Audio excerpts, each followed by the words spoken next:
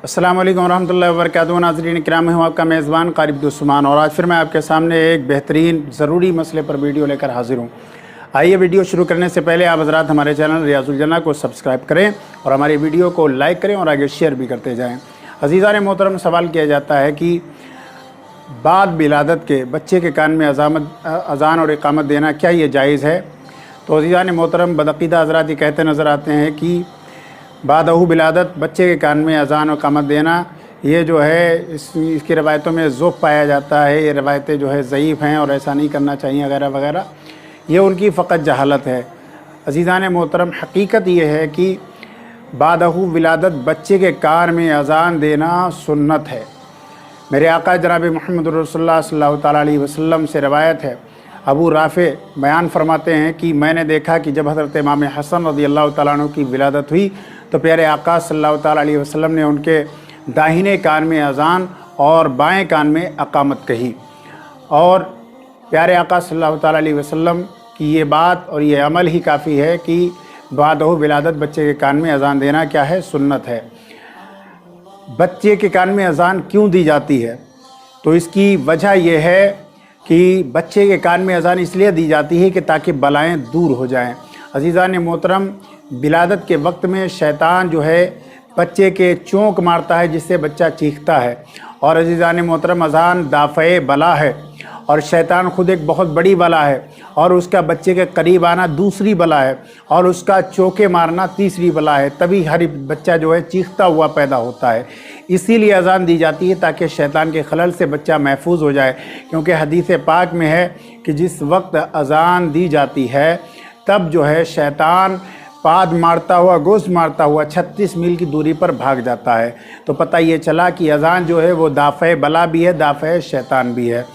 और प्यारे आका अलैहिस्सलातु वस्सलाम से रवायत है वो कि बच्चे के कान में जब बच्चा पैदा हो जाए तो अज़ान और इक़ामत कही जाए, क्योंकि उसके कान में अज़ान और इक़ामत जब कही जाती है तो वो उम्मुस्सबियान से महफूज रहेगा, यानी वो मिर्गी के महफूज से, मर्ज़ से महफूज रहेगा। देखने में आता है बहुत से ऐसे बच्चे होते हैं जो है मिर्गी के मर्ज़ में मुब्तला होते हैं, तो उनके साथ यही मामला दरपेश होता है, इसलिए उनको मिर्गी का मर्ज़ हो जाता है।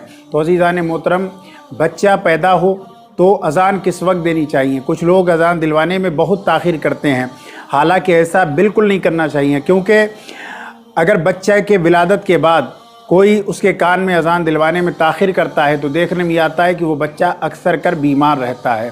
तो अज़ीज़ान मोहतरम, बच्चा जैसे ही पैदा हो उसे गुस्ल देने के बाद पहला काम ये होना चाहिए कि उसके कान में अज़ान और इक़ामत दी जाए, क्योंकि जो है वो बलाओं से महफूज हो जाएगा, शैतान के खलल से महफूज आ जाएगा। तीसरी और चौथी वजह यह है कि बच्चा पैदा होता है तो अज़ान इसलिए भी दी जाती है ताकि बच्चा जो है अल्लाह तबारक व तआला का सबसे पहले ज़िक्र सुने और अपने जहन में महफूज करे और उसके जहन में ये ईमानी दुआ महफूज हो जाए। और सबसे पहले वो जो दुनिया की बात सुने वो अल्लाह का ज़िक्र सुने, ताकि जब वो बड़ा हो तो अल्लाह तबारक व तआला के ज़िक्र का आदी हो जाए। उसके अलावा बच्चे के कान में जब अज़ान दी जाती है तो एक फ़ायदा और भी होता है, वो ये होता है कि जिस बच्चे के कान में विलादत के बाद अज़ान और इक़ामत कही जाती है तो उस बच्चे के ऊपर उल्लू का साया नहीं पड़ता है। बहुत से बच्चे हमने मुआशरे में देखे होंगे जिनके मुंह अक्सर कर टेढ़े होते हैं, नाक टेढ़ी होती हैं, आंखें बड़ी बड़ी उल्लू की तरह होती हैं। तो जिस बच्चे के कान में बादहू विलादत अज़ान और इक़ामत कही जाती वो बच्चा उल्लू के साए से भी महफूज हो जाता है। अच्छा, अज़ान कौन कहे? बहुत हज़रात ये सवाल करते हैं कि अज़ान क्या औरत दे सकती है? अमूमन देखने में आता है कि जब बच्चा पैदा होता है तो बच्चे के ख़ानदान में देखा जाता है कि दादा अगर बड़ा बूढ़ा है तो वो अज़ान कहे, या वालिद साहब जो है अज़ान कहें, या चचा जान अज़ान कहें।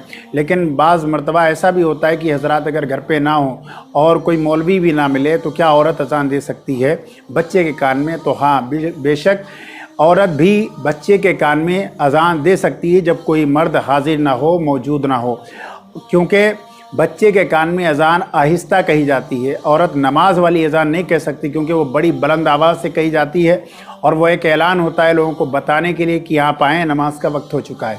लेकिन बच्चे के कान में जो अज़ान दी जाती है वो आहिस्ता दी जाती है, इतनी आवाज़ में दी जाती है कि जिसे बच्चा सुन सके, और इतनी तेज़ आवाज़ में भी नहीं देना चाहिए क्योंकि बच्चा के कान के पर्दे पर असर हो जाए, क्योंकि बच्चा जब पैदा होता है नया नया उसमें सुनने की ताकत होती है, तो इसलिए बुलंद आवाज़ से उसके कान में अजान नहीं होनी चाहिए, हल्की आवाज़ में उसके कान में अजान देनी चाहिए ताकि वो सुने और अल्लाह के ज़िक्र को अपने जहन में महफूज करे। तो अज़ीज़ान मोहतरम, साबित हुआ कि औरत भी बच्चे के कान में अजान दे सकती है, और अजान देना क्या है, सुन्नत है, और इस अमल से शैतान को दूर करने का मकसद होता है। और यह हदीस पाक में सरकार से कौली फेली दोनों तरह से साबित हैं कि जो शख्स अपने बच्चे की विलादत के बाद अजान व इकामत कहता है, और उसका तरीका ये है कि दाहिने कान में अजान कही जाए, बाएं कान में अकामत कही जाए, यानी कि बच्चे के कान में हरते मुफ्ती अमजद अली फरमाते हैं कि हुजूर सदरुल शरिया फरमाते हैं कि बच्चे के कान में, दाहिने कान में 4 मरतबा अजान कही जाए और बाएं कान में 3 मरतबा अकामत कही जाए। इससे बच्चा जो है तमाम बीमारी और बलाओं से महफूज हो जाता है, ख़ासकर उम्म सुबियान के मर्ज़ से, जो कि मिर्गी का मर्ज़ होता है, दौरा पड़ने वाला मर्ज़ होता है। तो अज़ीज़ान मोहतरम, जब बच्चा पैदा हो तो हम अपने बच्चों के कान में अजान भी कहलाएँ और अकामत भी कहें। बहुत से हज़रात को ये देखने में आता है कि लड़का पैदा होता है तब तो वो अजान कहते हैं, लेकिन अगर लड़की पैदा होती है तो उसके कान में अजान नहीं कहलाते। हालांकि ये तरीका बिल्कुल रवा नहीं, बिल्कुल दुरुस्त नहीं है। जिस तरह लड़का पैदा हो तो उसके कान में अजान कही जाएगी, इसी तरह से जब लड़की पैदा हो तो उसके कान में भी अजान कही जाए, क्योंकि उससे भी ये ख़तरा है कि वो और मर्ज़ों में मुब्तला होगी, तो उसे भी मर्ज़ से बचाने का यही मकसद होता है ताकि उसके कान में अजान कही जाए और हमारा बच्ची या बच्चा इन बलाओं से, बीमारियों से महफूज हो जाए। अस्सलाम वालेकुम।